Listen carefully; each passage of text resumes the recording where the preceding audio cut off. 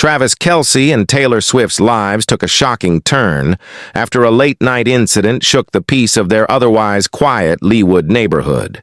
All seemed well after Travis and Taylor began dating, their romance blossoming under a veil of privacy, with both the Kansas City Chiefs star and the global music sensation doing everything possible to keep their relationship shielded from the relentless gaze of fans and the media. Their new home, nestled in an upscale gated community, was considered a fortress, guarded by vigilant police and respectful neighbors who recognized the gravity of living near two of the world's most scrutinized celebrities. That sense of calm shattered abruptly at 2 a.m. when an unexpected storm, not of nature but of human making, descended upon their sanctuary. The culprit behind the break-in was soon unmasked, a former police officer turned private investigator named Justin Lee Fisher. Fisher's mission was far from routine. He had come to serve Taylor Swift with deposition papers on behalf of Justin Baldoni's lawyers, a move that caught the couple completely off guard. According to reports, Fisher scaled the perimeter fence of the exclusive neighborhood, breaching the security measures that had until then kept unwanted visitors at bay. The Leawood Police Department responded swiftly, confirming that a man was apprehended in the early hours for criminal trespassing and later released after posting bond. Fisher, facing a court date and the possible loss of his private investigator's license, defended his actions as merely doing his job, though neither he nor representatives for Swift-Kelce or Baldoni offered further public comment.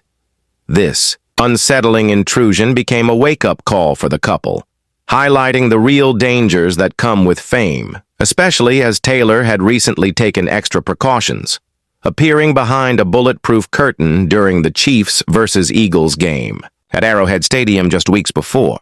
The incident stirred an immediate response from fans, especially Swifties, who condemned stalking and any behavior threatening the safety of their beloved idols.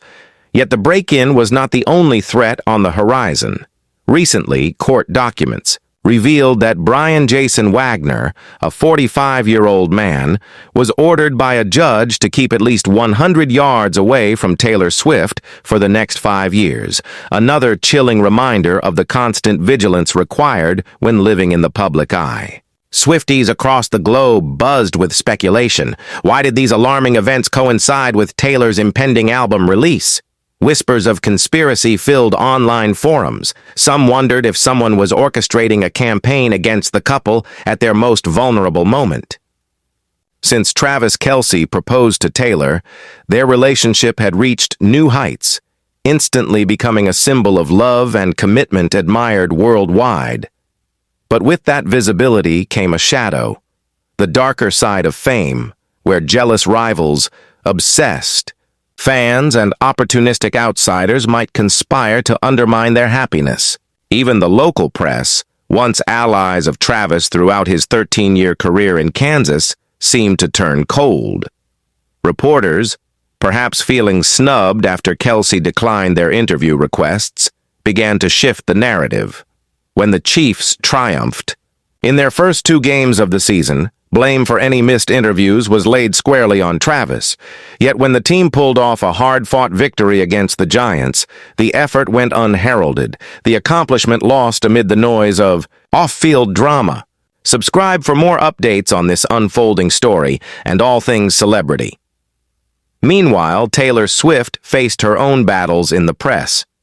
Her absence from public view sparked a tidal wave of rumors, with tabloids concocting wild stories, including claims of pregnancy, without a shred of evidence. When she finally appeared, protected behind a curtain at Arrowhead, some in the media criticized her for being invisible, chiding the pop star for avoiding the cameras and further fueling speculation. Others went so far as to draw unkind comparisons between Taylor and other high-profile women such as Haley Steinfeld, the wife of Allen, seeking to manufacture a rivalry where none existed. The scrutiny showed no signs of abating as the date of Taylor's new album release, October 3rd, drew closer. Fans braced for another onslaught of rumors and negative press, convinced that the pressure campaign would only intensify as the world awaited her latest musical offering. Yet for Travis and Taylor, these challenges only seemed to strengthen their bond.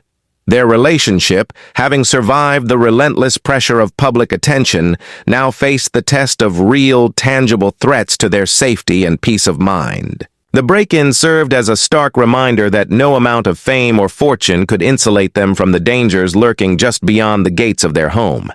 Late-night phone calls, sudden knocks at the door, and strangers lurking in the shadows became part of their new reality. Yet, in the face of adversity, they stood together, determined not to let fear dictate their lives.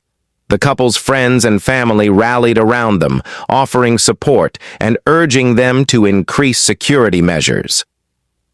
Private security teams were consulted, surveillance systems upgraded, and every precaution taken to ensure that another breach would not occur. Neighbors, too, became more watchful, their community bound together by a shared desire to protect their most famous residents from harm. As news of the break-in spread, sympathy poured in from fans and fellow celebrities alike. Social media erupted with messages of support for Travis and Taylor, with hashtags trending worldwide as fans demanded justice and accountability. The story dominated headlines for days, overshadowing even the most significant events in sports and entertainment. Meanwhile, the legal aftermath began to unfold, with Fisher's court appearance looming and the restraining order against Wagner, bringing some measure of relief to Taylor and her supporters. The ordeal also sparked broader conversations about celebrity security, privacy, and the responsibilities of those entrusted with protecting the famous. Subscribe if you want to stay updated as this story develops and more details emerge.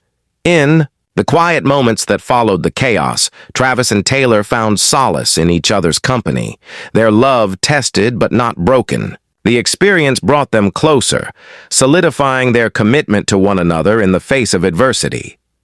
As Taylor prepared for the release of her new album, she poured her emotions into her music, channeling the tumultuous events of the past, weeks into lyrics that would soon resonate with millions. Travis, meanwhile, remained focused on his career, drawing strength from Taylor's unwavering support.